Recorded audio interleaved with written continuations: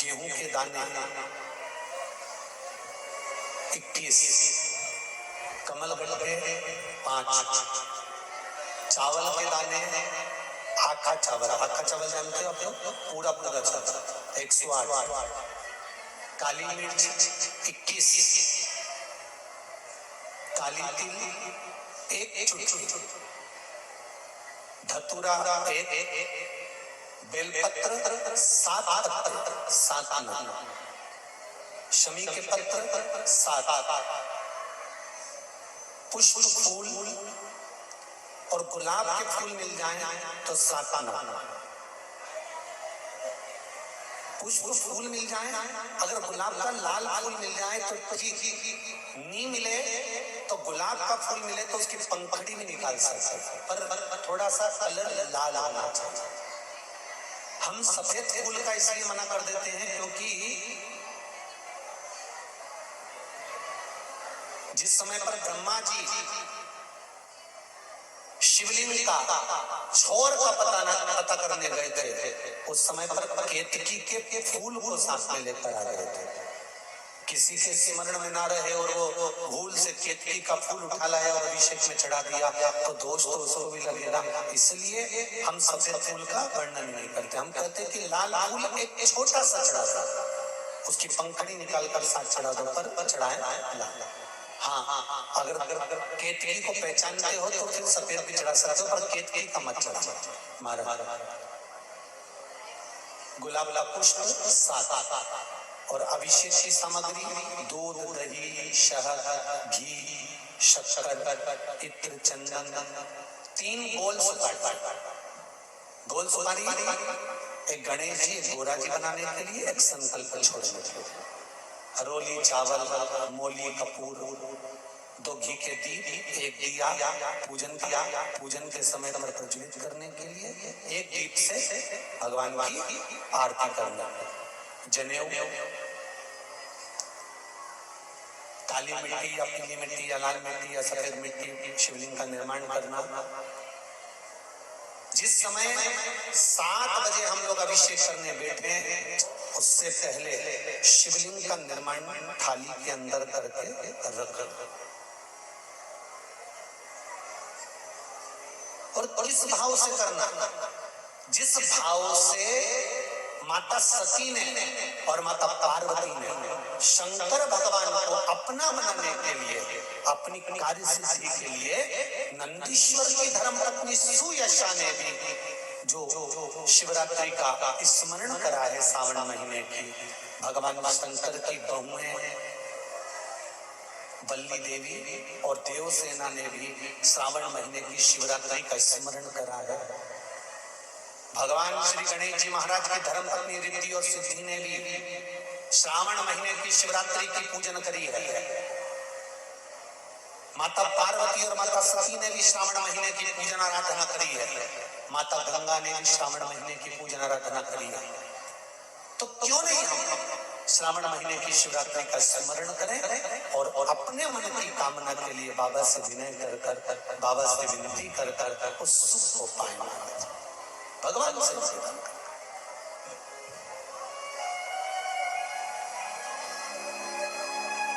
सती मैया तरुणी अवस्था अपनी माता से प्रश्न करती और माता उत्तर पर उत्तर देते हैं।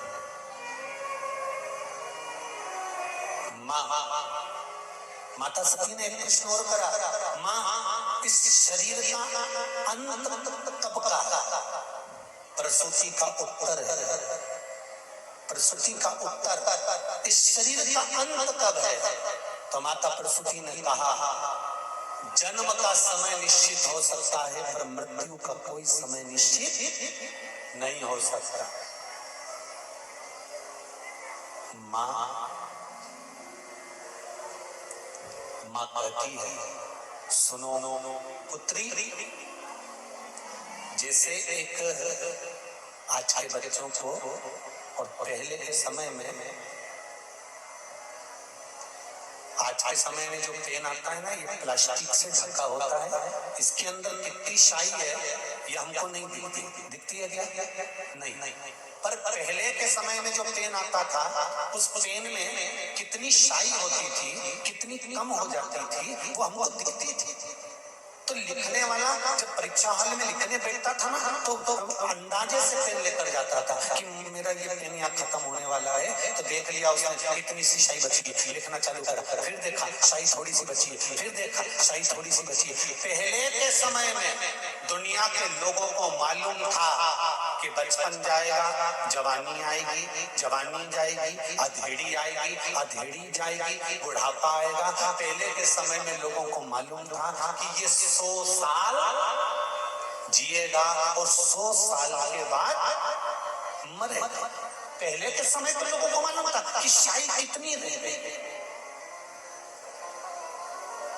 कलम में कितनी शायद रह गई। पहले के लोगों को मालूम था कि अभी इतनी सांस रह गई है, अभी इतना शरीर और रह गया, अभी इतने साल और ये नौकरी पर रहेगा, अभी इतने साल और ये काम करेगा। तो पहले के लोगों को मालूम था कि 100 साल तक ये जिएगा, मतलब इसमें इतनी शायद रह गई है। तो वो लिखता जाता, लिखता जाता, लिखता जाता, लिखता जाता। तो आज के समय में प्लास्टिक के पेन के अंदर शाई भर दी जाती है और वो शाई हमको नजर नहीं आती है, कब कब खत्म हो जाती है। लिखते लिखते कब कब समाप्त हो गया तो पेन बदलना पड़ता है। उसी तरह मेरे शिव की कथा कहती है, ये कली युग में, कली काल में व्यक्ति को मालूम नहीं रहता कि कौन सी श्वास आखिरी है, कब शाई खत्म हो गई, कब पेन को फेंकना पड़ जाए, ये जीवन का कोई भरोसा नहीं। इसलिए ध्यान रखना, पेन को हर कहीं मत चल। आप सब माताएं बड़ी बड़ी चतुर चतुर बेटी, आपका बच्चा अगर ABCD लिखे या आ बा का दा लिखे तो तुम खुश होती हो कि नहीं होती? अरे बोलो तो जम के होती हो ना। बच्चा काम की चीज लिख रहा और बच्चा पेन उठा के कॉपी को, अरे बोलो तो जम के गोते जाए, गोते जाए, गोते जाए, बेमतलब का चलाए जाए, चलाए जाए, चलाए जाए। तो तुम क्या करोगी? पागल हो गया? चल पेन दे, पूरी कॉपी बेकार कर दी, पूरी कॉपी बेकार कर दी। चलो पेन छोड़ो, छोड़ो, छोड़ो। समझदार माँ शाई खत्म नहीं होने देती और कॉपी का पेज गंदा नहीं होने देती, खराब नहीं होने देती। इसलिए बच्चे को कहती आ लिख, बा लिख, ए लिख, बी लिख, सी लिख मना नहीं है, पर कॉपी को यूं ही बर्बाद करेगा तो माँ बर्बाद नहीं होने देगी। उसी तरह संत भी ऐसे ही होते हैं। जब हम अपनी जिंदगी बचपन, जवानी, अधेड़ी, बुढ़ापा यूं ही गोद गोद के बर्बाद करना चालू कर देते हैं, खाने में, पीने में, सोने में बर्बाद करने लगते हैं, घूमने फिरने में बर्बाद करने लगते हैं, तो कोई सतगुरु आता है जो तुम्हारा हाथ पकड़कर कहता है इसको बर्बाद मत करो, हाथ में एक माला पकड़ो, शंकर का गुणगान करो, भगवान की भक्ति में डूबो, तो ये जिंदगी सार्थक होगी। संत भी तुम्हें बेकार होने से रोक देते, सतगुरु भी तुम्हें बेकार होने से रोक देते। कितना सुंदर भाव कहा है यहाँ पर, शिव महापुराण का बड़ा सुंदर संवाद कहा है। सुनिए, भाव से इसे स्मरण करिए। सती मैया ने अगला प्रश्न किया है, जैसे आपको कल कथा में कहा था कि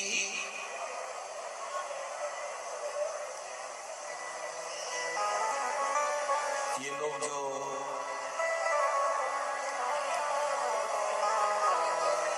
राखौड़ी करते हैं ना, राखौड़ी, आप लोगों को ध्यान में होगा कि महाराष्ट्र साइड में मारवाड़ी परिवार जो भी जितने भी रहते हैं वो ऐसे पैकेट बना लेते हैं राखौड़ी के, मतलब दाने गिन गिन के 1000, 100, लाख, चावल का दाना हुआ, चाहे दाल हुई, चाहे मूंगफली का दाना हुआ, चाहे वो अनेक बहुत सारी चीजों की राखौड़ी करते हैं। और वो चतुर्मास के अंतर्गत आप लोगों ने भी देखा होगा, कई माताएं बत्ती तैयार करती है, तो एक बत्ती बनाई, दो बत्ती बनाई, तीन बत्ती बनाई, फिर उस बत्ती को बना कर और 108 या 1008 बत्ती की, जम के बोलो जरा, एक बत्ती बना देते हैं। दर्शन किए आप लोगों ने, कहीं करें आप लोगों ने? लंबी लंबी बत्ती बनाती हैं और एक बत्ती बना कर पट के फिर दूसरी बना दी, फिर तीसरी बना दी, चौथी बना दी, फिर बनाते बनाते बनाते बनाते 108 बत्ती या 1008 बत्ती, और उस बत्ती की फिर एक बत्ती। इसका क्या मतलब?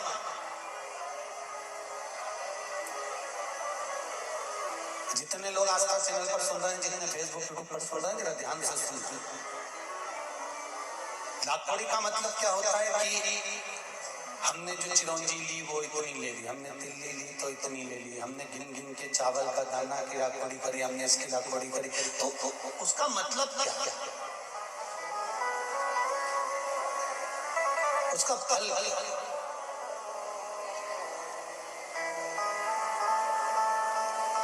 क्या फल मिलता है? तो उसका फल का वर्णन करा गया। सती मैया ने शंकर भगवान को और अंत में भगवान शंकर के ही कंधे पर मृत्यु के पश्चात एक सौभाग्यवती नारी, अखंड सुहागन नारी का सबसे बड़ा, अगर भगवान से कुछ मांगना होता है तो वह भगवान से यही मांगती है कि जब मैं मरूं मेरे मांग में सिंदूर हो, गले में मंगल सूत्र हो, हाथों में चूड़ियां हो, पांवों में पायल हो, मेहंदी महाबूर मेरे लगा हुआ हो, लाल चुंदड़ी में ओढ़ी हुई हो, और अपने पति के कंधे पर और अपने पुत्र के कंधे पर चढ़कर मैं शमशान तक जाऊं। ये एक सौभाग्यवती नारी भगवान से मांगती है श्रावण महीने में।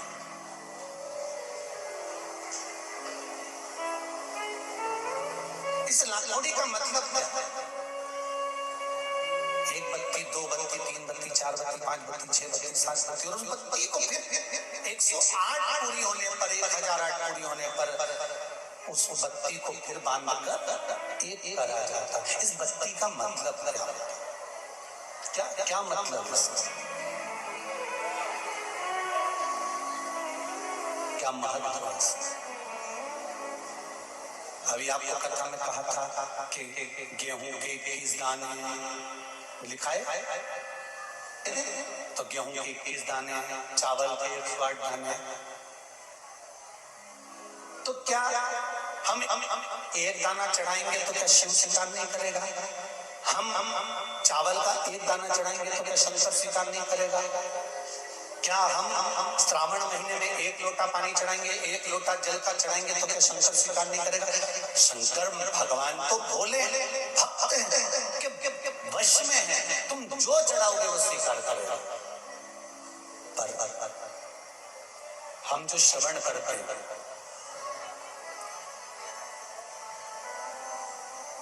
क्यों 21 दाने, क्यों 108 दाने, क्यों बेलपत्र 7, क्यों 11, क्यों 5, क्यों 4, क्यों 3, क्यों 2, क्यों 1? इसका महत्व क्या है? क्या महत्व? महाराज शिव पुराण का स्कंद पुराण वर्णन करती है,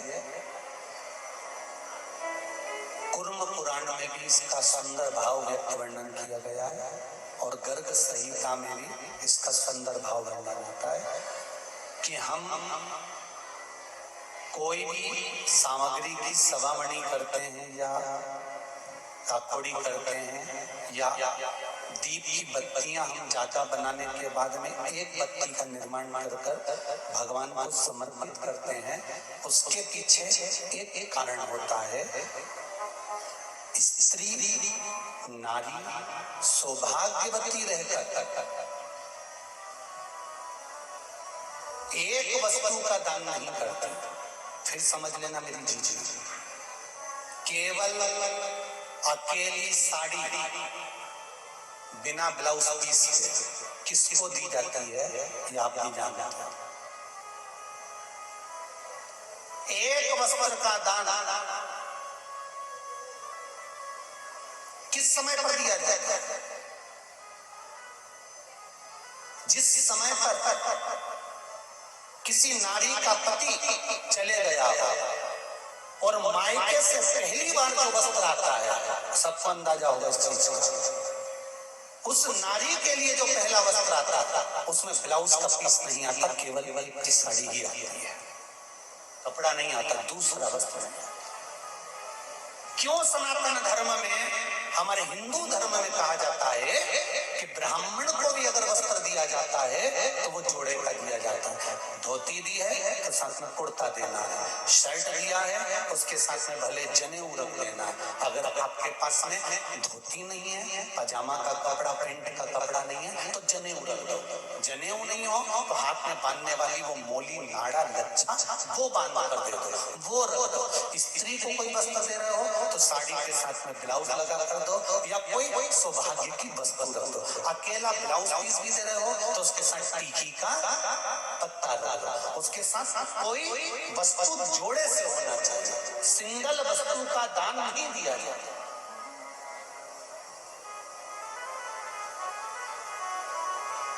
बहुत अच्छे से समझ लेना भाई, थोड़ा सा त्योहार आ रहे हैं, आप लोगों से भी कोई गलती ना हो तो स्मरण करना कि हम अगर कोई वस्तु का दान दे रहे हैं तो वो एक से अधिक में जब देते हैं तो नारी के लिए अखंड सौभाग्य का।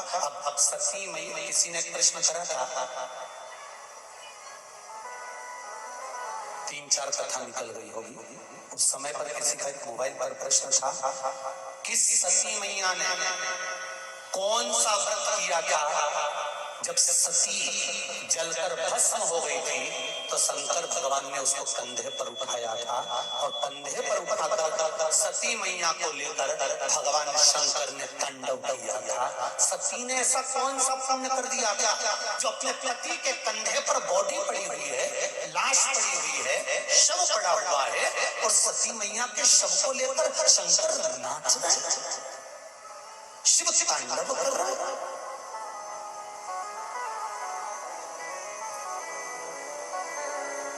कई लोग हमको पागल करेंगे, बताओ सीवर वाला गुरुजी तो बैठे बैठे कहते रहता है 21 दाने चावल के चढ़ा दो, तो 11 दाने चढ़ा दो, तो 5 दाने चढ़ा दो, तो 7 दाने चढ़ा दो, 7 बेलपत्र चढ़ा दो, तो काली मिर्ची इतनी चढ़ा दो। उसका कारण क्या है? कभी एक एक पुराण को, एक एक शास्त्र को उठाकर तो देखो कि उसमें कितना कितना वर्णन लिखा हुआ है कि कितनी मात्रा में क्या चाहना चाहिए।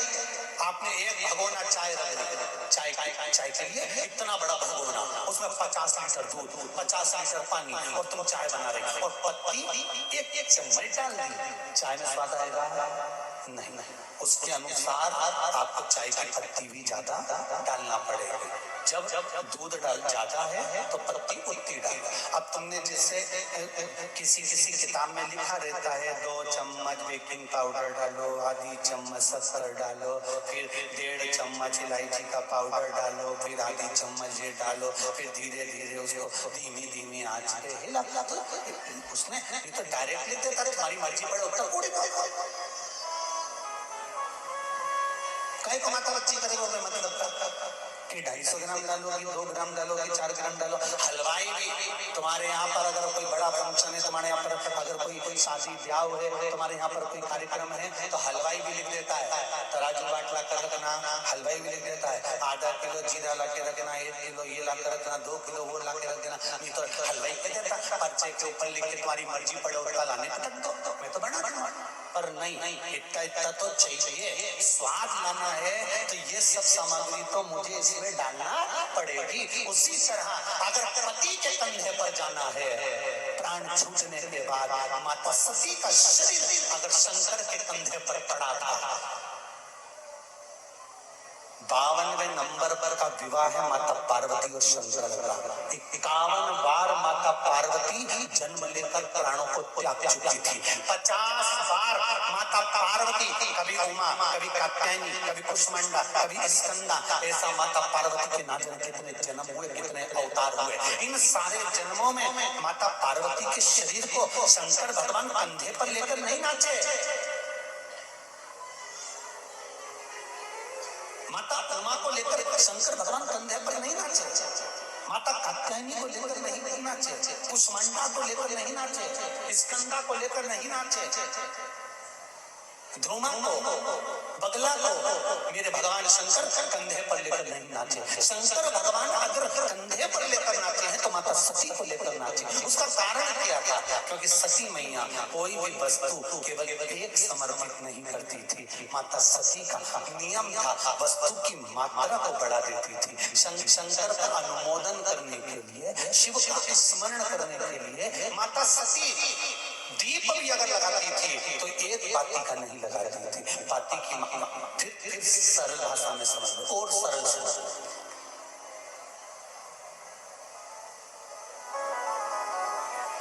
दूल्हा दरवाजे पर जब आता है, मटकी में जो दिया लगाया जाता है, शादी होने लेके खड़ी होती कन्या, वो मटकी में एक बत्ती का दिया लगता है कि 4 बत्ती का लगता है? जम के बोलो, 4 बत्ती का लगता है ना। 4 बत्ती का दिया, क्योंकि हमारे यहाँ शुभ कार्य हो रहा है, 4 बत्ती का दीप लगाया। तुम्हारे यहाँ प्रतिदिन घर में आरती करते होगे तो जो घी के डब्बे में भींगी भिंगाई बत्ती रखी रहेंगे, उसको निकाल के धर देते। बोलो सही नहीं गलत है?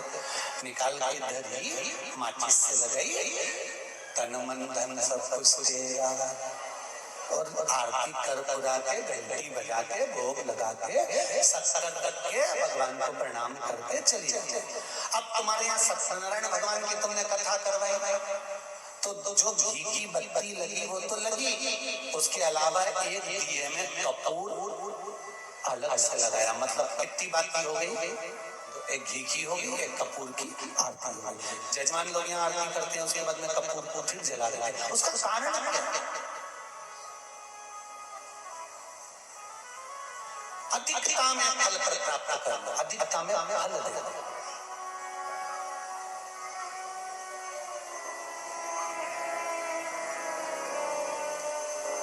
साल, 2 साल, 4 साल, 6 साल में आप भी प्रयास करा करो, पतली पतली बत्ती बनाकर 108 दिन तक घी में जब उसको पूरी बांध लो, घी में भिगो कर रख लो। कोई घर में विशेष कार्य हुआ या कहीं तीर्थ गए, कहीं गंगा जी के घाट पर गए, सरयू, मंदाकिनी, नर्मदा, गोदावरी, छिपरा आदि के घाट पर गए तो उस बत्ती को प्रकट कर कर जलाकर रख दिया। क्या होता है उससे? माता सती ने कौन सा पुण्य करा था? जो शंकर भगवान के कंधे पर शव पड़ा हुआ था और शंकर नाच रहे थे, वो सती का पुण्य था कि वो कभी एक सामग्री से शिव को प्रसन्न नहीं करती थी, बहुता में देकर शंकर को रिझाती थी। इसलिए शिव ने उसको अखंडता प्रदान की। शंकर भगवान ने अखंडता दी है उसको, अखंडता।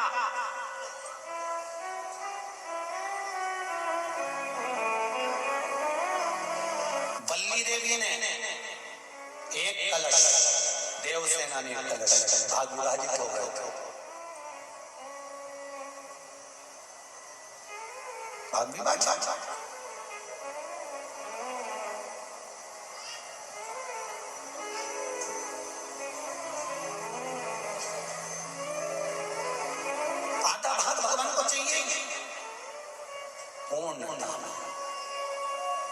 फिर निवेदन करेंगे। अब एक प्रश्न और खड़ा हो जाता है, ध्यान दीजिएगा जरा, कि गुरुजी तो कथा में कहते हैं कि एक बेलपत्र भी चढ़ा दी तो भगवान शंकर ने स्वीकार करी। सियोर वाले गुरुजी कहते हैं एक चावल का दाना भी आरती चढ़ाया तो भगवान शंकर ने स्वीकार करा।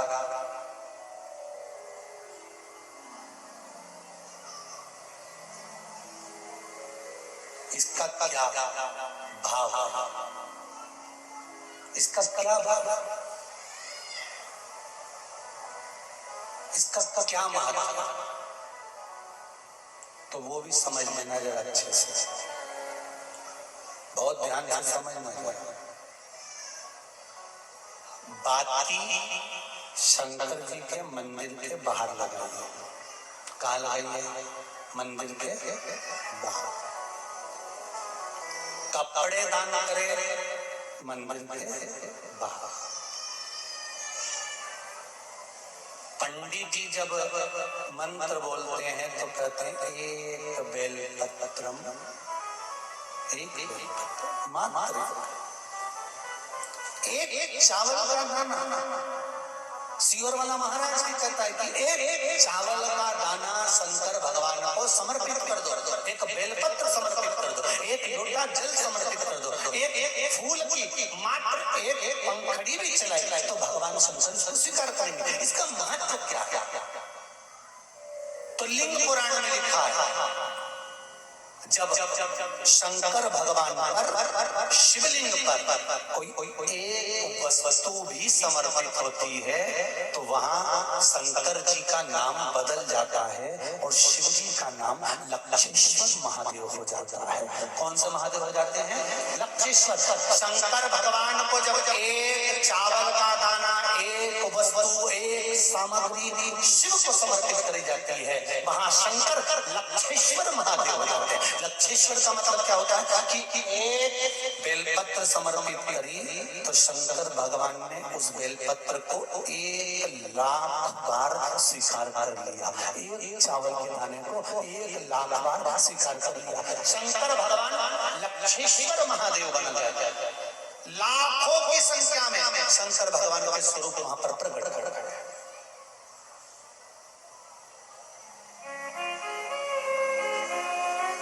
आपने से कितने लोग हैं जो क्षिप्रा नहाए थे? आपने से कितने लोग हैं जो नर्मदा नहाए? आपने से कितने लोग हैं जो गंगा नहाए? आपने से कितने लोग हैं सरयू नहाए? कहीं ना कहीं किसी पवित्र नदी में आप लोगों ने स्नान जरूर करा होगा। वो लोग करा कि नहीं करा? जितने लोग कथा सुन रहे हैं उनने भी करा होगा, जितने फेसबुक पर सुन रहे हैं उनने भी करा होगा। किसी ना किसी पवित्र नदी में आपने, हमने, सबने स्नान करा होगा। अब स्नान तो हम कर लिए, उस गंगा नदी में हम नहाए तो गंगा नदी में हमने स्नान करा और स्नान कर कर बाहर निकले तो हमको 1,25,000 बार स्नान का पुण्य मिल जाए। उसके लिए क्या करना पड़ेगा?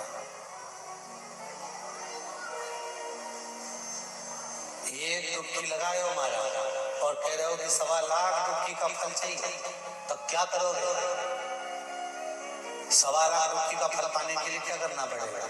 केवल एक काम, जिस पवित्र नदी का स्नान कर रहे हो उस पवित्र नदी की बालू मतलब रेत का, बालू का शिवलिंग का निर्माण करना, उसका पूजन करना, पूजन कर जो बत्ती जोड़कर 108 बत्ती बनाई है, पूजन कर एक दिए में वो बत्ती उस जो बालू का शिवलिंग बनाया है, पार्थिव शिवलिंग का निर्माण करा है, जो तुमने किसी गंगा, सरयू, नर्मदा, क्षिप्रा, मंदाकिनी, नर्मदा आदि पवित्र नदियों के तट पर स्नान करते समय तुमने जो शिवलिंग बनाकर पूजन करा है, उसके सामने वो बाती को जला देना, उसी से आरती उतार लेना, वो बाती वहां लगाकर छोड़ देना और छोड़ने के बाद उस शिवलिंग का फिर विसर्जन कर देना। विसर्जन कर उसी जल को अपने ऊपर छींच लेना। 1,25,000 डुबकी का फल एक क्षण में प्राप्त होता है।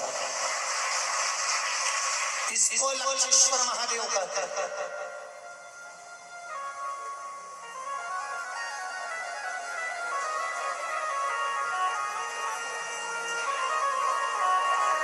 इसको लक्षेश्वर महादेव कहते हैं।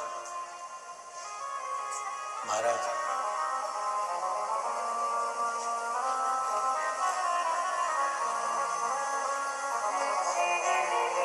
कितना फल है?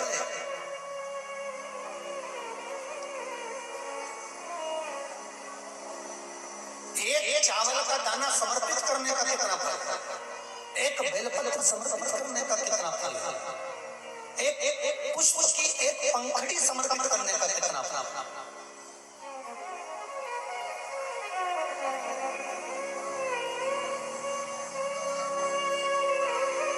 और समझ लो, ब्राह्मण को हम दक्षिणा देते हैं, भांजा भांजी को हम भेंट देते हैं, बहन बेटी को हम कुछ रुपए देते हैं। जिस लिफाफे में रुपए को रख कर दिया जाता है उसमें एक का सिक्का पहले से लगा हुआ था। बोलो सही है गलत है? क्यों? समता में नहीं बढ़ाकर दिया गया, बहुत अधिक कर दिया गया। हमने अगर अधिक कर दिया है तो उसका फल भी हमको अधिकता में प्राप्त हो। अधिक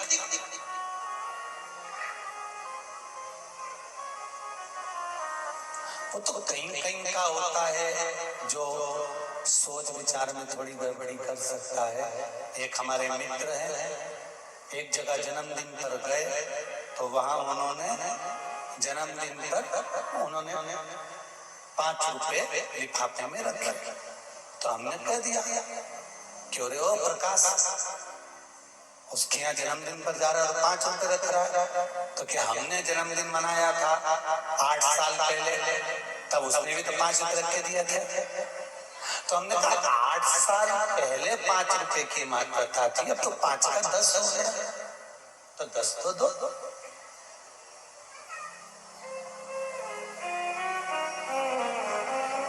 हमारे यहाँ पहला सा नियम था, बहन बेटी जितनी बार आती थी ना, जितनी बार आती थी, घर की बहुएं उसकी झोली में थोड़ा सा चावल दाल जो भी घर में होता था वो डालती थी। भले वो लेकर नहीं जाती थी, इतना सा दाना पल्लू में बांधा और लेकर चली गई, भले वो वहीं छोड़ गई, पर उसकी झोली कभी खाली करके नहीं भेजते। आप में भी जितने लोग बैठे ऐसा नियम पहले था। अब आज का जमाना तो बड़ा विचित्र हो गया कि बहन बेटी से आस लगाकर बैठते हैं।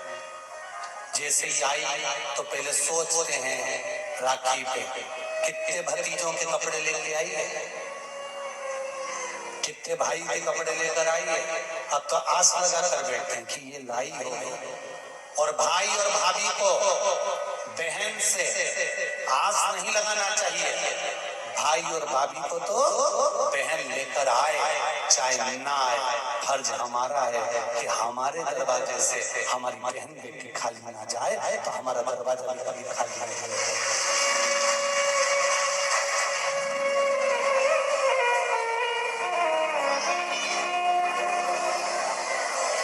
कितना अंतर है, कितना।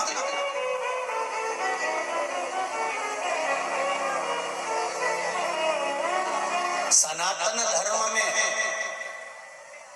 जन्मदिन पर केक काटा जाता है क्या? अरे बोलो जन्मदिन नहीं।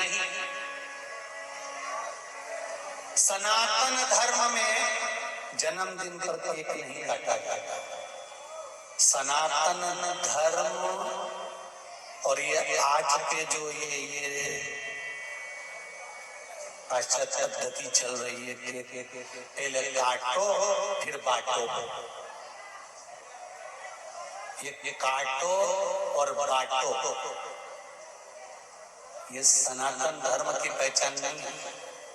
सनातन धर्म काट कर बांटना नहीं जानता, सनातन धर्म जोड़ कर बांटना जानता है। पहले जन्मदिन मनता था तो बूंदी छटती थी, नुकती बूंदी, उसके दाने अलग अलग रहते थे। सनातन धर्म के लोग बांध कर बांटते हैं। बूंदी छटती थी, आटा सिकता था, बिखरा रहता था, दूध का छींचा देकर उसको लड्डू बनाकर बांध कर फिर दुनिया के लोगों को बांटा जाता था। सनातन धर्म में जन्मदिन बांध कर बांटते हैं और पाश्चात्य सभ्यता में जन्मदिन काट कर फिर बांटते हैं। हमारा सनातन धर्म काट कर बांटने को नहीं कहता।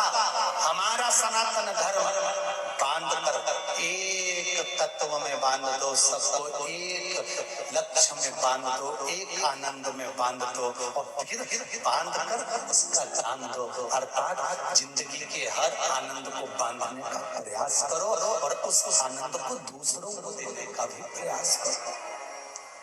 दूसरों को शंभु शरणे मांगू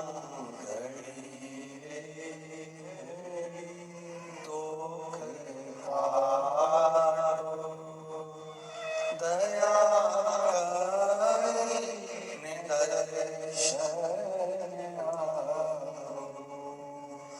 दया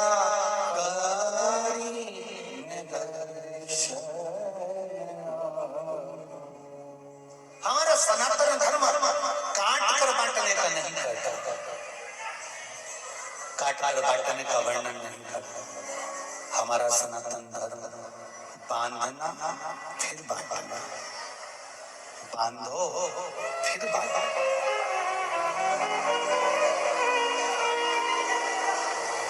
बोल लक्षेश्वर महादेव की, कुबेरेश्वर महादेव। तो माता सती के शव को शंकर भगवान ने अपने कंधे पर उठाया। उसको उठाने का कारण क्या था? क्यों? किसी ऐसा तो कहते ना, कौन सा पुण्य, वो कहना ऐसा कौन सा पुण्य किया गोरा शिव तेरे घर पे, शिव तेरे घर पे आए, भोला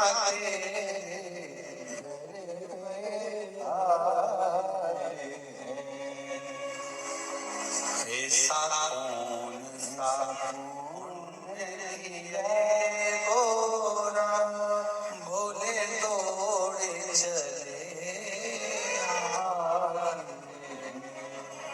वो पुण्य कौन सा, वो आनंद कौन सा, वो सुख कौन सा, कौन सा पुण्य? और वो पुण्य कोई दूसरा नहीं है। मेरा निवेदन रहेगा सौभाग्यवती माताओं से, आप शंकर भगवान की जब आराधना करती हैं, शिव जी को जब स्मरण करती हैं, तो बाबा से जब विनती करती हैं कि हमारा सौभाग्य अखंड करना, तब बाबा लक्षेश्वर बनकर आपकी वस्तु को स्वीकार करते हैं। तब मेरे भोलेनाथ, मेरे शंभू, मेरे शंकर सती मैया को भी कंधे पर लेकर नाचते थे।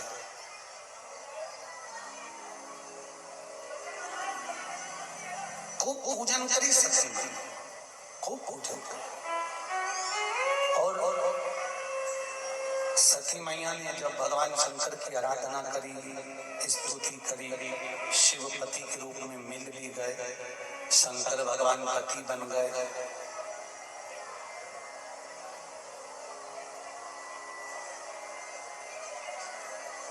दक्ष प्रजापति का मन नहीं था सती और भगवान शंकर की शादी करने। हिमालय राज का मन नहीं था माता पार्वती से शंकर भगवान का विवाह करने।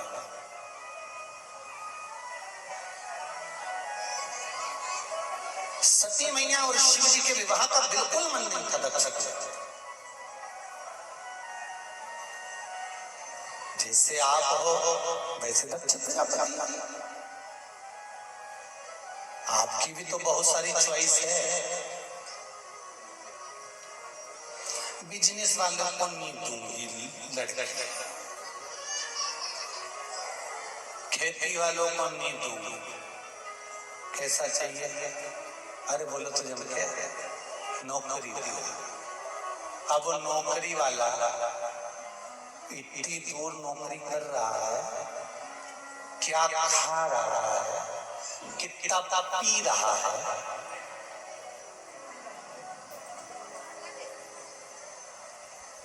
और वहां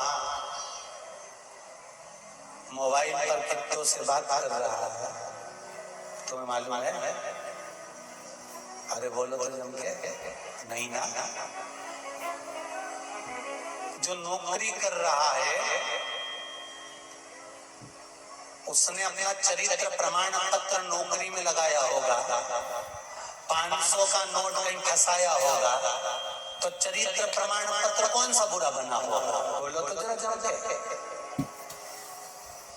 तुम नेट पे सर्च करोगे कि लड़के का चरित्र कैसा है, तो उसमें पहले ही लिखा जाएगा खान पीन शुद्ध है, व्यवहारिक है, किसी से लड़ाई झगड़ा नहीं करता, एकदम बढ़िया है, इसका चरित्र अच्छा है। क्योंकि 500 का नोट फंसाकर प्रमाण पत्र जोरदार करना था। तुमने नेट पे सर्च करा लड़का कैसा है, तो उसने बता दिया कि ये देख लो ऐसा है। अगर नौकरी वाला है तो उसका चरित्र प्रमाण पत्र तुम्हें देखना पड़ेगा, सर्विस वाला है तो प्रमाण पत्र देखना पड़ेगा, धंधे वाला है, बिजनेस वाला है, खेती वाला है, तो पूरे गांव में जाकर किसी से भी पूछिए आप कि भेरू लाल का छोरा कैसा है, तुरंत बता दिया जाएगा कि ऐसा। प्रमाण नहीं चाहिए।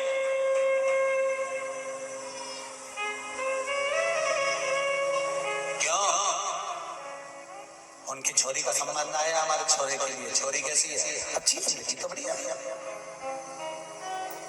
अपना लड़का थोड़ा हाइट में होगी, छोरी थोड़ी छोटी है, अच्छा बस इतना मालूम पड़ेगा। नहीं ये तो अच्छी है, अरे बहुत जोरदार परिवार, बहुत बढ़िया। पहले के समय में गांव में रिश्ता आता था और पूरे गांव के लोगों से पूछा जाता था, गांव के लोग सब अच्छे से बताते थे कि ऐसा परिवार, ऐसा कुटुंब, ऐसा कबीला।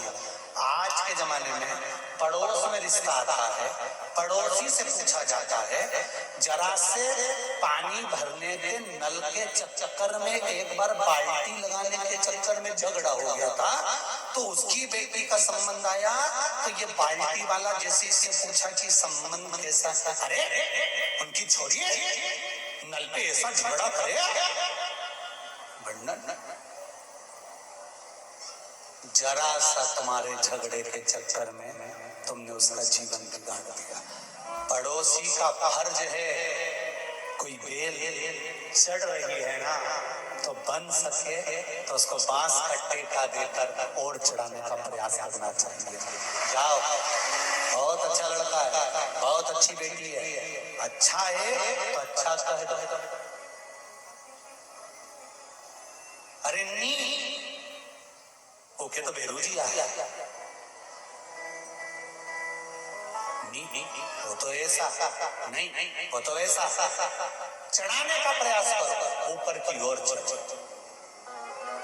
मेरा नाम बेटा बेटी के संबंध जब होते हैं, गांव के लोग हो चाहे शहर के लोग हो, एक बात ध्यान लगाकर देखना कि हमारी भी बेटी, हमारा भी बेटा होगा, उसका भी संबंध करना है, सबके प्रति अच्छा भाव लेकर आओ।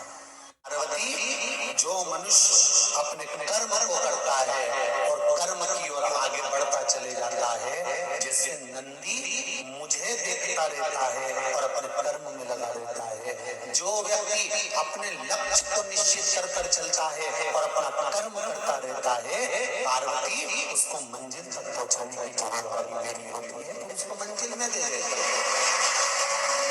गीता में भी भगवान कृष्ण ने कहा कि कर्म प्रधान है, तुम कर्म करिए।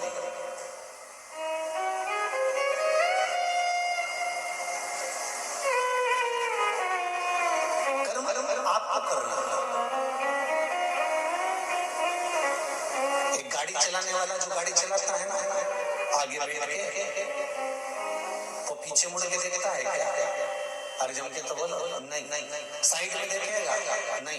इधर देखेगा, नहीं। और जितनी सवारी इसमें पीछे बैठी हुई है ना, जितनी सवारी साइड में बैठी हुई है ना, ये तो केला छील के केला खा रहे, एप्पल खा रहे, मूंगफली छील के खा रहे, खूब प्रेम से बात करते करते जा रहे, गप्पे भी लगा रहे, एक दूसरे को कूट भी दिया पकड़ गाड़ी के अंदर, पानी भी ढोल दिया, शीशे में से देख भी रहे हैं, खिड़की भी खोल रहे हैं, बंद भी कर रहे हैं, बात भी कर रहे हैं, गप्पे भी लगा रहे हैं, खुश भी हो रहे हैं, रो भी रहे हैं, हंस भी रहे हैं, गा भी रहे हैं।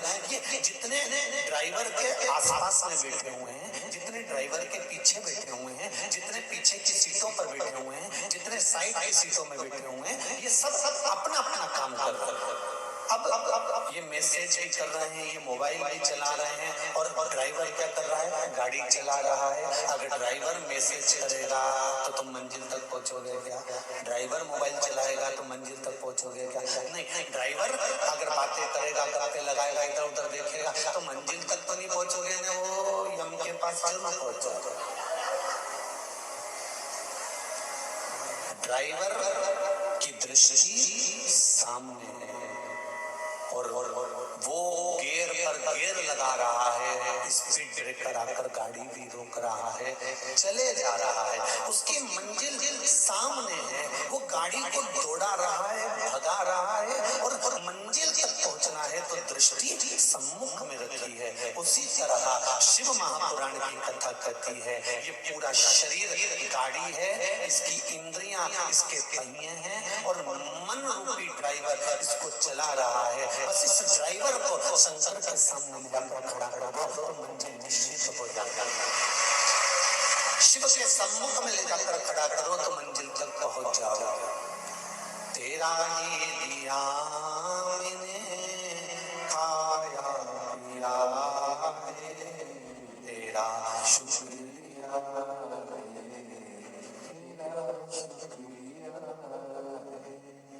भगवान के सम्मुख में, भगवान की चौखट पर इसकी दृष्टि है। कल कथा में आपने सुना था सुयशा, और वो सुयशा नंदी की धर्म पत्नी, नंदी को मंदिर में बिठाने के लिए, शिवालय में बिठाने के लिए, शंकर के दरवाजे पर बिठाने के लिए घोर तप करा उसने, शंकर जी की आराधना करी, शिव जी ने वर भी दे दिया, और वो सम्मुख में जाकर नंदी बैठ भी गया। पर नंदी से हमको सीखने को मिलता है कि भगवान के सम्मुख में उसकी दृष्टि है।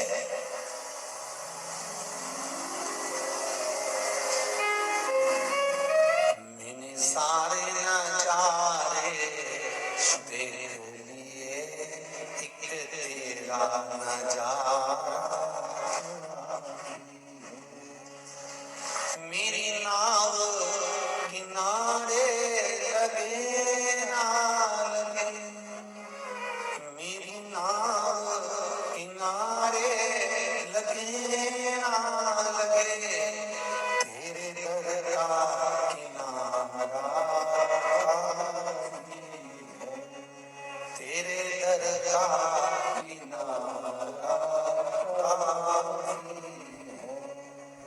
महाराज फिर द्वार मिले ना मिले, पर तेरा जो द्वारा है वो निश्चित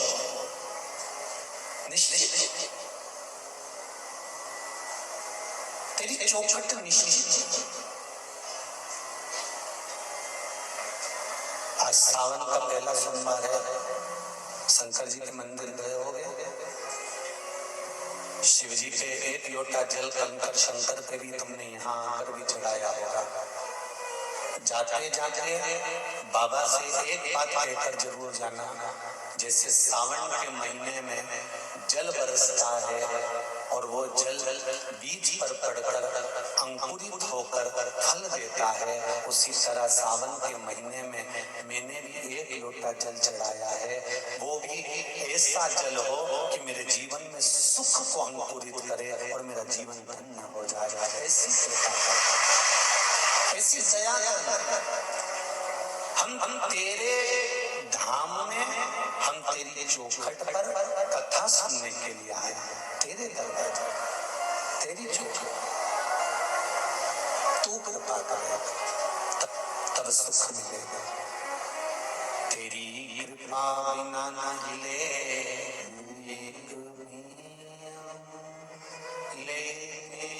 श्वास, तेरी कृपा से। अगर तेरी उदारता नहीं होती, तेरी कृपा नहीं होती, तेरी करुणा नहीं होती, तो संसार का कोई सुख हमको प्राप्त नहीं होता।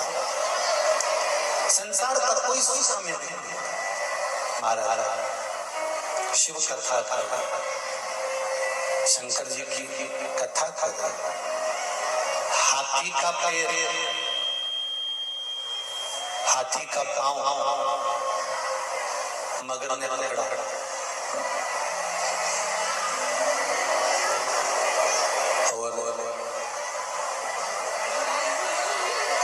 जितने भी लोग पीछे खड़े हैं उनसे निवेदन है, आप लोग टीन शेड में चले जाओ।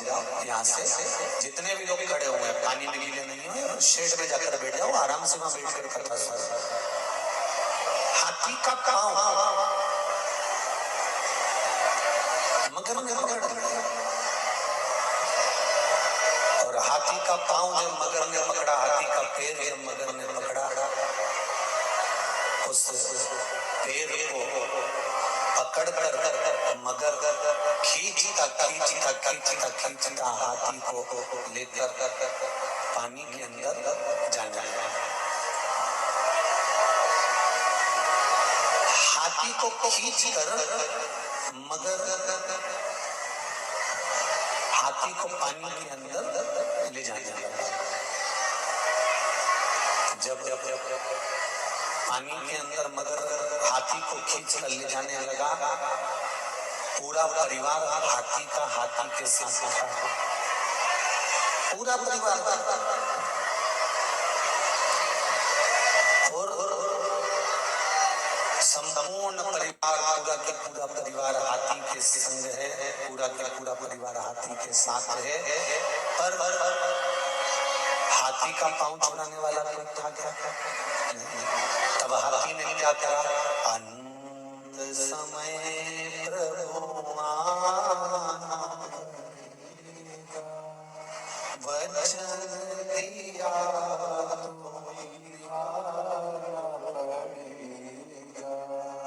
महाराज। जब सारा की सारा परिवार देखता रहा, हाथी खींच कर मगर पानी की ओर लेकर चला गया। उस हाथी को अभिमान बहुत,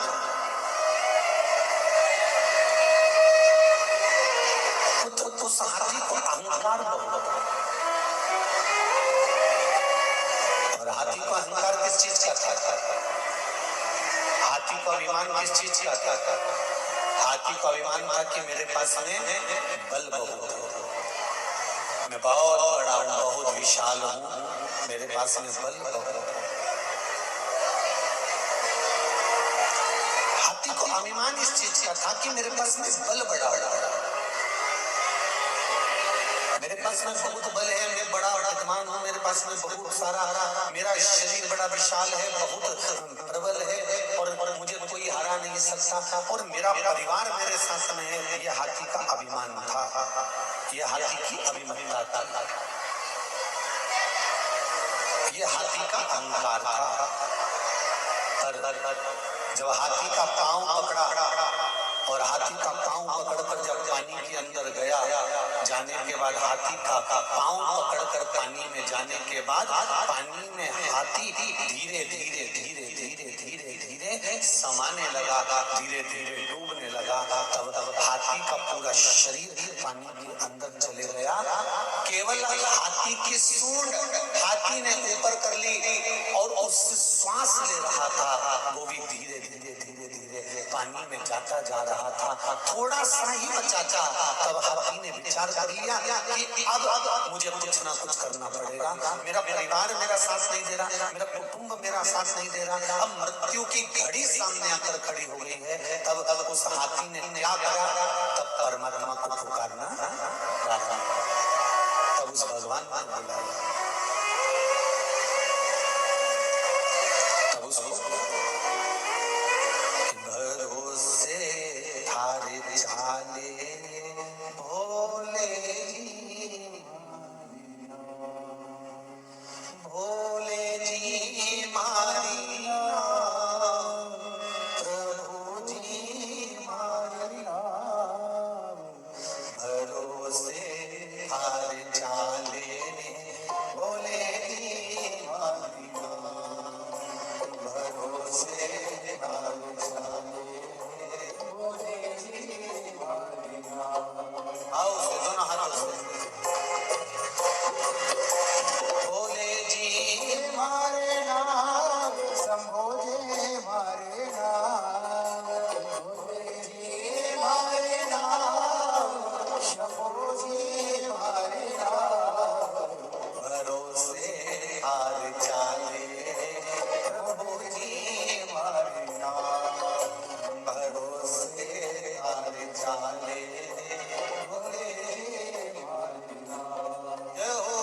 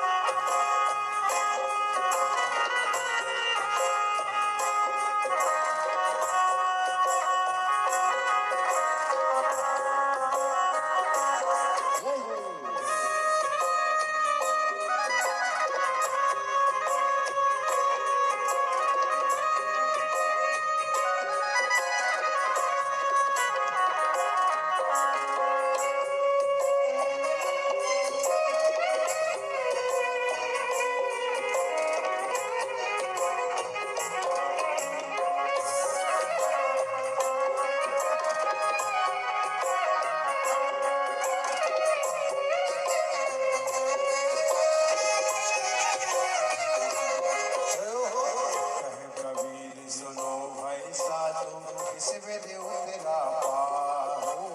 अरे कबीर सुनो भाई साधो किस में उतरा पाओ।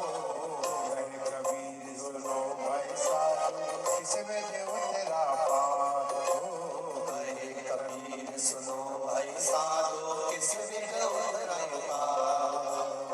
रामानंद मिला गुरु कोरा, रामानंद मिला गुरु कोरा, बेड़ा कर दिया पार। भरोसे हारे चाले रे भोले जी मारिया। भरोसे हारे चाले रे भोले जी मारिया। भोले जी हमारे नाम शंभो जी हमारे नाम, भोले जी हमारे नाम, शंभो जी हमारे नाम। भरोसे हारे चाले भोले जी मारिया। भरोसे हारे चाले भोले जी मारिया। भरोसे हारे चाले भोले जी मारिया। भरोसे हारे चाले भोले जी हमारे नाम। भरोसे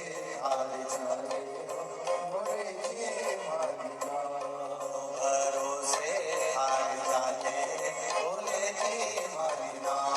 भरोसे हारे चाले भगवान शिव की कथा कर रही है कि हम शंकर के भरोसे क्या करें। हम शिव के आश्रित रहे। महाराज श्री शिवाय नमस्तु। श्री शिवाय नमस्तु। श्री शिवाय नमस्तु। श्री शिवाय नमस्तु। भोला सब दुख हारो हमारा। भोला सब दुख हारो हमारा। शिव शंकर जपो तेरी माला। भोले बाबा जपो तेरी माला। भोला सब दुख हारो हमारा। भोला सब दुख हारो कहा। सुयशा ने जो मांगा था नंदी के लिए, वो सुयशा को मिल गया। देखिए शिव महापुराण की कथा कहती है, कल कथा में कहा था ध्यान लगाना और प्रार्थना करना, दोनों में एक भारी अंतर है। ध्यान लगाने में भगवान से डोरी बंध रही कि नहीं बंध रही पता नहीं है, पर प्रार्थना करने में दिल की बात हम देव महादेव से कह देते हैं, हृदय की बात। जवानी और अधेड़ी, जवानी में भी और अधेड़ी में भी ये जो मोड़ का समय होता है, बीच की जो घड़ी होती है, बीच का जो समय होता है, इस बीच के समय को हमें संवारना। कहते हैं ना ये बहुत बिगड़ रहा है। बिगड़ने से मतलब क्या है? क्या बचपन में कोई बिगड़ जाता है?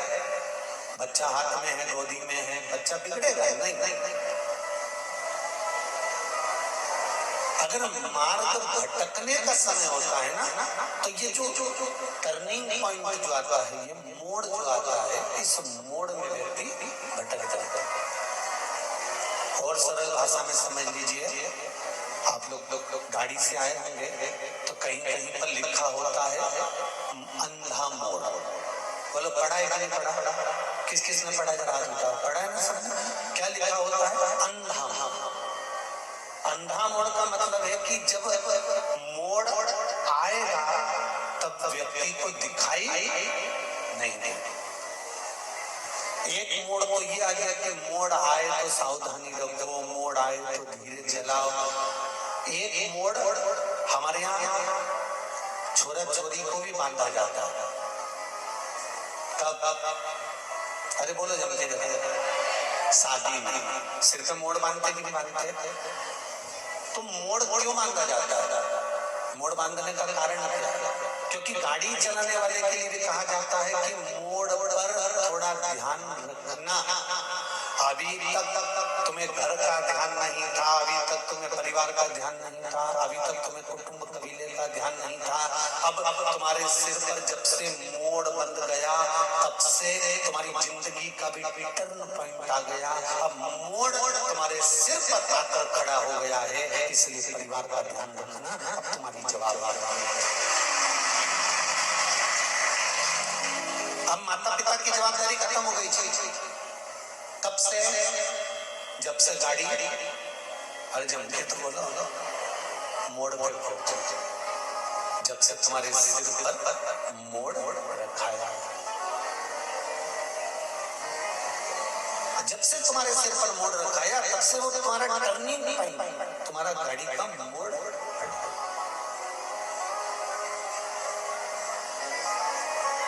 महाराज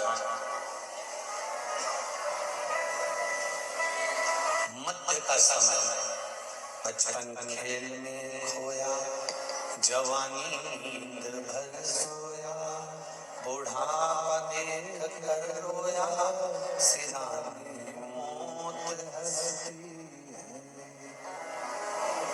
ये टर्निंग पॉइंट, ये मोड़। ऊपर निवेदन है, कोई को जाने ना दें क्योंकि लाइट के कनेक्शन बहुत सारे पिलर पड़े हुए, इसका ध्यान रखें। सबको नीचे उतारो ऊपर से, ऊपर कोई ना बैठे।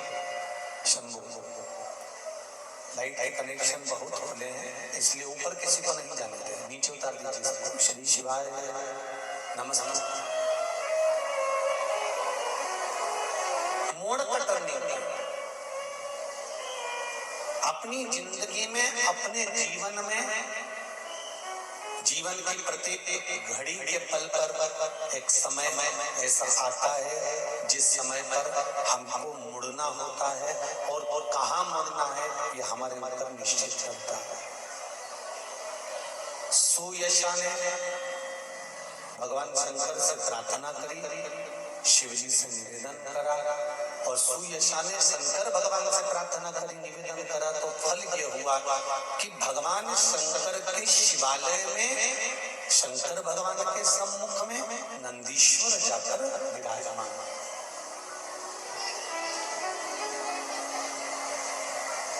देखिए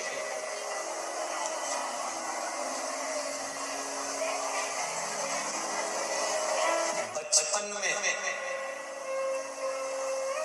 गोदड़ी गंदी करोगे तो माँ धो देगी। अरे बोलो तो जम के, सही है। बचपन में अगर गोदड़ी गंदी करोगे तो माँ, बोलो जम के जरा, माँ धो देगी।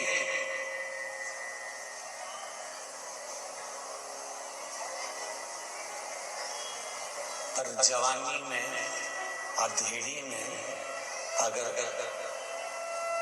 ये गोदड़ी गंदी करोगे तो इसको कोई दूसरा नहीं धोएगा, धोना तुमको ही पड़ेगा, और वो कर्म भोग कर धोना।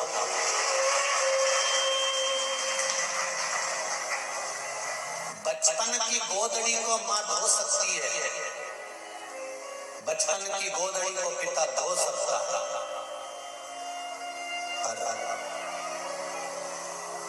एक बात और सरलता में समझिएगा, अनायास, अचानक तुम्हें ज्ञान नहीं था, अज्ञानी थे, और अज्ञानी होने के बाद में अगर आपने कोई कर्म कर दिया, बेकार काम कर दिया, तो वो अज्ञानता में है, उसका कोई दोष तुमको नहीं लगेगा। पर मालूम पड़ने के बाद अगर आप कुछ गलत कर्म करते हो तो उसका तो दोष लगेगा ना, उसका तो दोष मान्य होगा। सारी दुनिया को मालूम है कि जन्म हुआ है तो मरना निश्चित है। सारी दुनिया को मालूम है कि बचपन आया है तो जवानी भी आएगी, और जवानी आया है तो बुढ़ापा भी आएगा, अधेड़ी भी आएगी, ये निश्चित है, इसको कोई टाल नहीं सकता।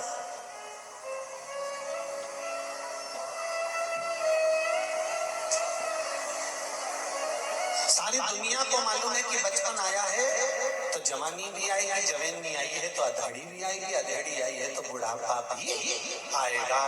प्रत्येक संसार में जन्म लेने वाले मनुष्य को, बच्चे से बच्चा, छोटे से छोटा व्यक्ति को भी ये ज्ञान है कि एक ना एक दिन मरना है।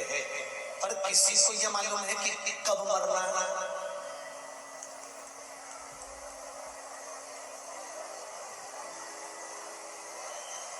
किसी को ये अंदाजा है कि कब प्राण छोड़ना है।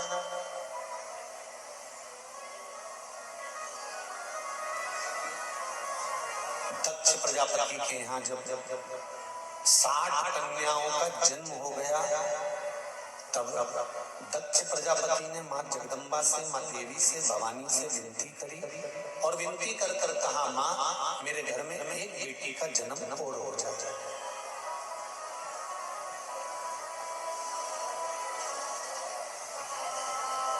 मेरे घर में एक बेटी और जन्म लेना। माँ देवी ने कहा, बेटी कहाँ जन्म लेने जाएगी और कहाँ मैं बेटी ढूंढने जाऊंगा?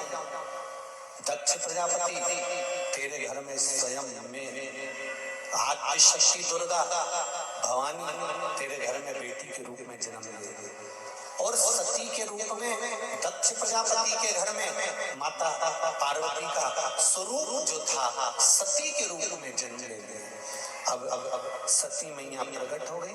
सती मैया जब धीरे धीरे धीरे धीरे धीरे धीरे अवस्था हुई, और माता सती ने जब अपनी युवानी अवस्था धारण करी, जब माता सती कुछ अवस्था बड़े हो जाती हैं, कुछ तरुणाई अवस्था में माता आ जाती हैं, तब माता ने एक दिन अपनी मां प्रसूति से प्रश्न किया।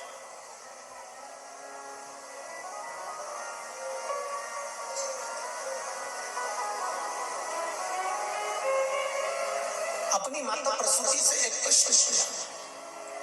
प्रसूति से कहा, मां मेरे मन का एक संशय है।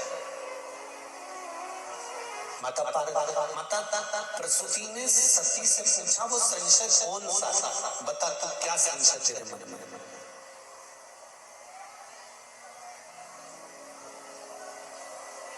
ये बच्चों का माता पिता के प्रति आत्मीय प्रेम रहता है कि बच्चे जब भी प्रश्न करते हैं तो अपने माँ बाप से करते हैं, और होना चाहिए।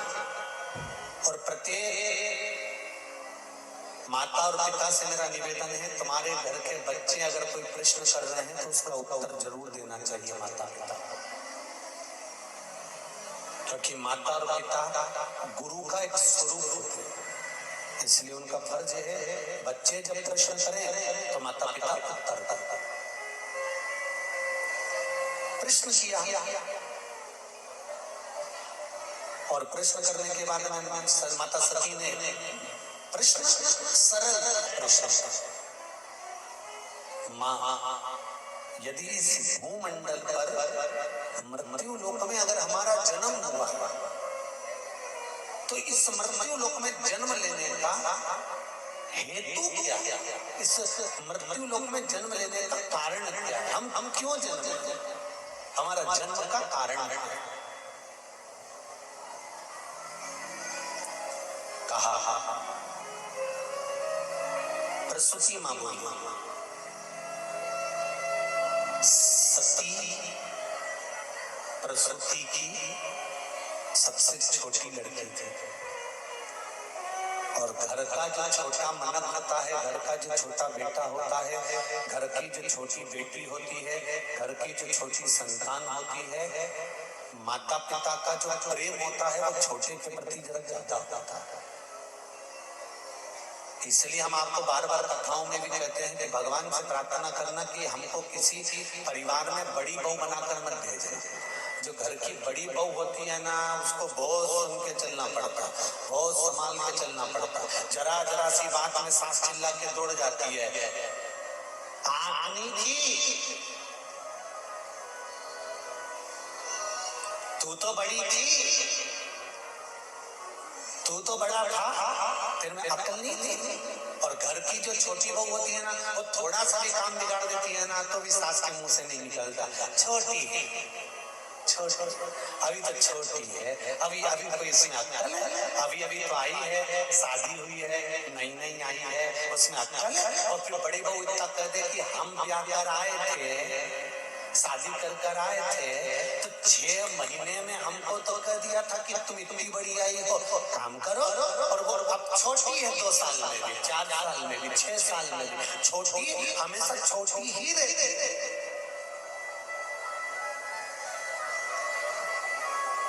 छोटी हमेशा छोटी है, और बड़ी हमेशा बड़ी ही रहती है। वो कोई भी काम बात अगर कुछ भी जरा से भी मेहमान ज्यादा आ गए ना, तो कहा किससे जाता है, तू तो बड़ी थी ना, कम से कम पहले तुझको आना चाहिए। उसकी नींद नहीं खुली, वो तो छोटी थी, पर तू तो समझदार थी, तू तो बड़ी थी, तू आ जाती ना ऊपर।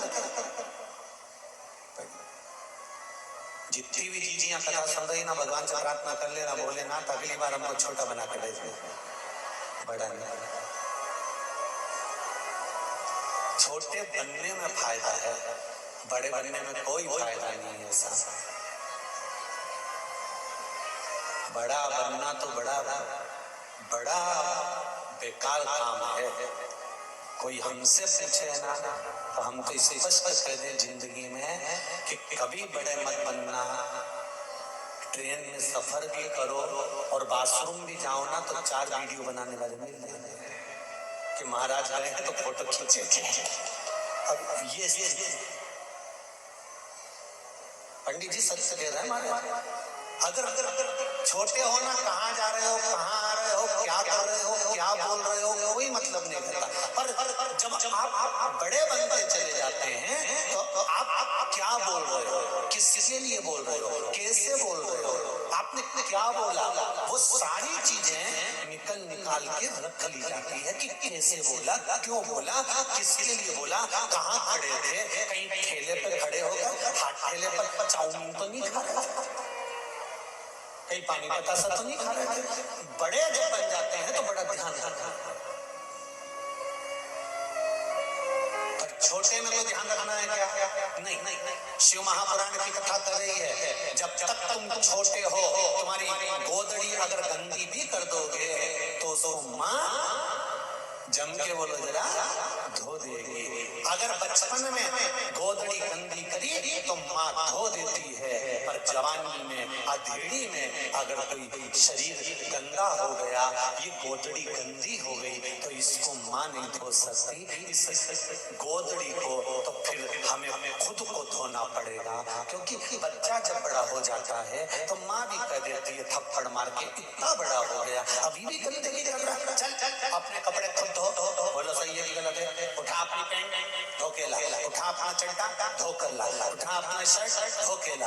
अब तो तू बड़ा हो गया, अपने कपड़े तो खुद धो सकता है। जब छोटे थे तब माँ धोती थी, जब बड़े हो गए और अगर कपड़ा गंदा हो गया, गोदड़ी गंदी हो गई, तो उसको कोई नहीं धोएगा, धोना तुमको पड़ेगा। उसी तरह बचपन का किया गया कर्म भगवान माफ कर सकता है, पर जवानी और अधेड़ी में किए गए कर्म को भगवान माफ नहीं करता, उसे भोगना ही पड़ता।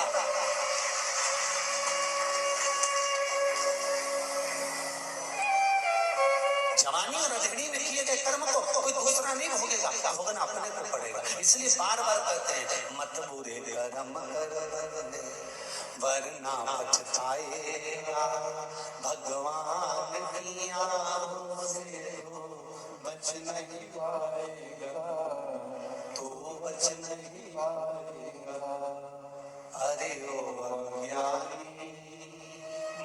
करनादाई हरे ओ अज्ञानी मत करनादाई तेरे कर्म का फल भी तू ही पाएगा जैसा किया तूने तेरे आगे आएगा मत बुरे कर्म कर मत बुरे कर्म कर वरना पछताएगा भगवान की यादों से बच नहीं पाएगा बच नहीं पाएगा बड़ा मुश्किल है।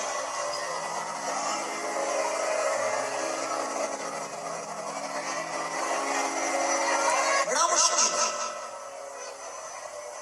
हमारे कर्म का दंड हमको भोगना। जैसा कर्म करोगे उस अनुसार दंड तो भोगना।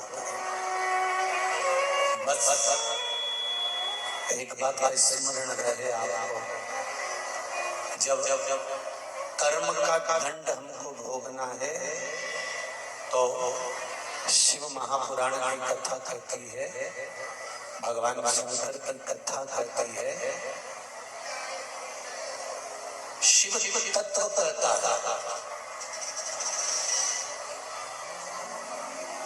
कि इस कर्म के दंड को भोगने में मेरे भोलेनाथ जी की शरणागति को पकड़ लेना चाहिए। उससे क्या होगा? क्या होगा उससे? तो कहा दुख जब सामने आकर खड़ा भी होगा ना और आप मन से श्री शिवाय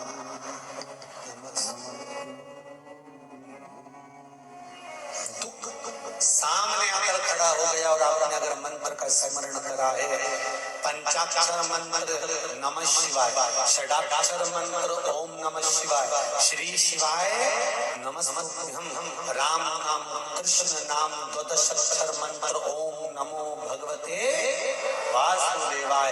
तुम राम जप रहे हो, तुम कृष्ण जप रहे हो, तुम शिव जप रहे हो, तुम श्री शिवाय नमस्तुभ्यं जप रहे हो, तुम जिस शंकर का स्मरण कर रहे हो, राम और कृष्ण का स्मरण कर रहे हो, तुम्हारा दुख अगर भारी भी है तो उस मंत्र के जाप से थोड़ा सा कम हो जाता है। जैसे हाथी का पांव मगर ने पकड़ा, पांव खींच कर पानी में ले गया, हाथी डूब रहा है, परिवार खड़ा देख रहा है, रो रहा है, चिल्ला रहा है, चीख रहा है, पर हाथी को लगा वैसे काम नहीं चलेगा, अपने कर्म का दंड अपने को भोगना है। तब हाथी ने भगवान को बुलाना प्रारंभ करा और परमात्मा आए नहीं आए ना, दौड़ प्रार्थना स्वीकार कर,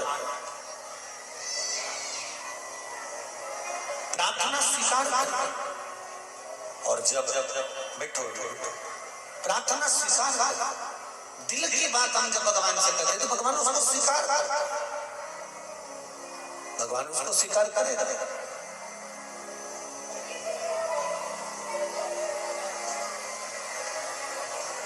आज एक कोई इंदौर से बहन आई थी, कह रही थी गुरुजी कई सालों से लगभग 6-8 साल हो गए थे, संतान नहीं थी। बाबा ने बड़ी कृपा करी, मैं बड़ी दुखी थी, लोग मुझे ताने बहुत देते थे, बहुत ताने देते थे। तब एक बार शिव महापुराण की कथा सुनी और बाबा से टीवी के सामने बैठ कर ही विनय करा, तो बाबा ने मेरी झोली भरी, उसको धोख लगाने नहीं बैठी हो तो उसको बच्चे को भी लेकर आए। ये इस कुबेरेश्वर महादेव की देन है, उसकी कृपा है, उसकी कृपा। एक पत्र आया है, बड़ा सुंदर है, वो भी देखिए।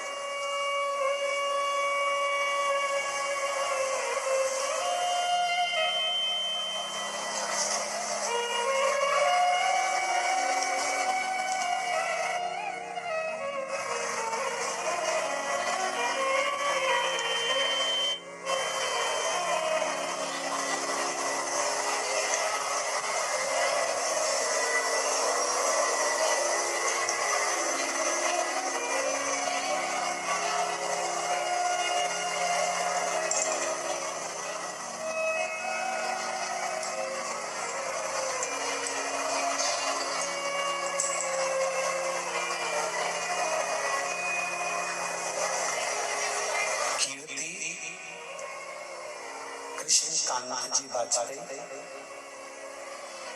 कोथल कुंड भेज देगी जिला ले तू। कहीं बैठे हो तो हाथ हिलाइएगा। कीर्ति कृष्ण कांजी बाछड़ी कोथल कुंड भेज देगी जिला ले तू। कहीं बैठे हो तो हाथ हिलाइएगा। पत्र में लिखा है श्री शिवाय नमस्तुभ्यं। तेरी कृपा बिना ना हिले एक भी अणु, लेते हैं श्वास तेरी कृपा से तनु तनु। हे गंगाधार मुक्ति द्वार ओमकार तू, आयु शरण तिहारी प्रभु तारा तू। मैं बहुत दुखी थी अपने पति के शराब की लत के कारण। गुरुजी आपके बताए अनुसार उपाय करी। 10 जनवरी की अष्टमी को 31 बेलपत्र, 31 चावल और 31 मूंग का उपाय किया। उसके बाद में पति की शराब की लत बाबा की कृपा से 12 जनवरी को जब मैं बहन के घर गई और वहां से पुनः वापिस लौट कर आई, तब से मेरे पति ने शराब छोड़ दी है। उसके बाद आज तक नहीं। ये शिव कृपा, ये शंकर की उदारता। आप जो कर्म करते हो, आप जो भगवान शंकर की भक्ति करते हो, भगवान शंकर को एक बेलपत्र समर्पित करते हो, एक लोटा जल समर्पित करते हो, एक चावल का दाना, एक पुष्प की अगर पंखुड़ी भी समर्पित कर रहे हो तो उसका फल मिलेगा जरूर। वो फल टल नहीं सकता। श्रेष्ठ बात।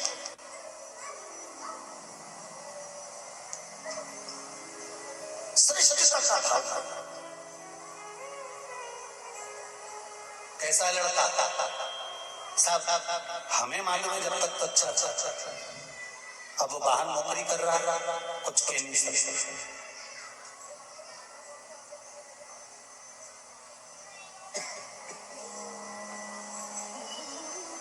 अभी 5 साल 6 साल की लिस्ट निकालना। जिन लड़कियों ने सुसाइड करा है, जिन लड़कियों ने अपने आप को समाप्त करा है, उनकी लिस्ट निकाल कर देखना। जो व्यापार करने वाले लड़के हैं, जो खेती करने वाले लड़के हैं, धंधा करने वाले लड़के हैं, इनकी धर्म पत्नियों ने सुसाइड नहीं करा है। अंदाजा लगाकर देखना, जिनके पति सर्विस में थे, नौकरी में थे, उन कई लड़कियों ने सुसाइड करा, मरी। तो उनका अंदाजा लगाओ। पूछा गया ये मरा क्यों, ये मरी क्यों, इसका कारण क्या था? तो अंदाजा लगाया गया कि बड़े परिवार में बेटी को जब ब्याहते हैं तो बड़े परिवार में बेटी को अगर दुख आता है ना, तो किसी के आगे रोकर अपना मन हल्का कर लेती है। बड़े परिवार में बेटी को समझाने वाले ज्यादा होते हैं। और केवल लड़का अकेला देखा, सर्विस वाला देखा, बेटी को ब्याह कर ले गया, सम्मान कर रहा है कि नहीं कर रहा, मान दे रहा है कि नहीं दे रहा, अपमान कितना कर रहा है, हाथ उठा रहा है, कहीं अपशब्द बोल रहा है, कहीं गाली दे रहा है, कहीं ताने दे रहा है। बेटी किसको कहे? घुट घुट कर मर जाता, प्राण छूट जाता।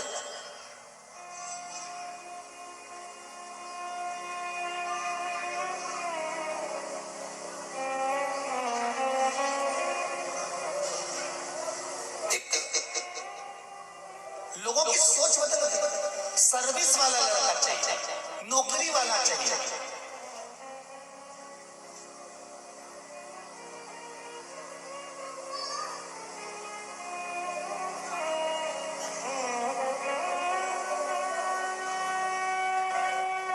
कहां जाएगा जी?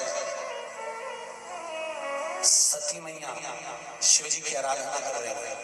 दक्ष प्रजापति ने समझा दिया मैं शंकर के साथ नहीं जाऊंगा। सती मैया ने कह दिया क्यों, कमी क्या है? शिव में कमी क्या है?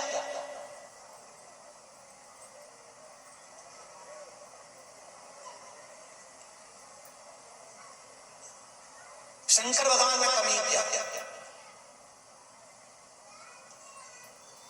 शंकर के साथ विवाह करने में दिक्कत कर। अरे सती तुम्हें मालूम नहीं है, मैं दक्ष प्रजापति हूँ, राजा हूँ। एक राजा अपनी लड़की का विवाह एक राजघराने में करना पसंद करता है। वो शंकर औघड़दानी शिव, जो जिनके तन पर भभूति रमी हुई है, गले में सांप पड़ा हुआ है, कानों में बिच्छू पड़ा हुआ है, सिर पे चंदा धरा हुआ है, मस्तक पे गंगा बह रही है, मृगछाला तन पर पड़ी हुई है, बागंबर पड़ा हुआ है तन पर, यज्ञोपवीत पड़ा हुआ है तन पर, कोई वस्त्र कोई आभूषण नहीं जिसका, कोई मकान कोई घर नहीं।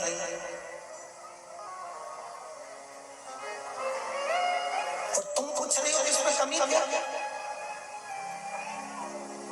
पार्वती मैया ने कहा तुमने घर देखा, हमें जरूरत ही नहीं है घर की। क्या जाए?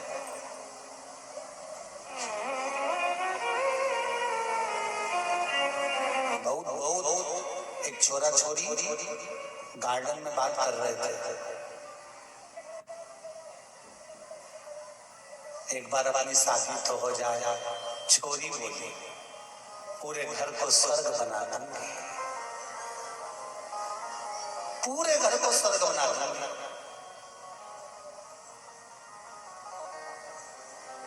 एक बार शादी तो हो जाए, मैं पूरे घर को स्वर्ग बना दूंगी। हमने भी पीछे पलट कर देखा, पूरे घर को स्वर्ग बना देगी और घर में रहने वालों को स्वर्गवासी। ये तो विचार है, पूरे घर को स्वर्ग बना दूंगी, एक बार शादी तो हो जाए। अब जो इतनी बड़ी बड़ी बात कहे कि पूरे घर को स्वर्ग बना दूंगी, और इससे कहा जाए कि 25 मेहमानों का भोजन बना देगी। घर की माँ को निकल कर बाहर आना पड़ेगा। ये तो आराम से 7:30 बजे जगदम्बा उठेगी, भेरू को जगाएगी। तो मम्मी ने चाय बना दी हो तो लिया, और ये भेरू गया चाय भी लिया आया, और हाथ जोड़ के लिए वो कात्यायनी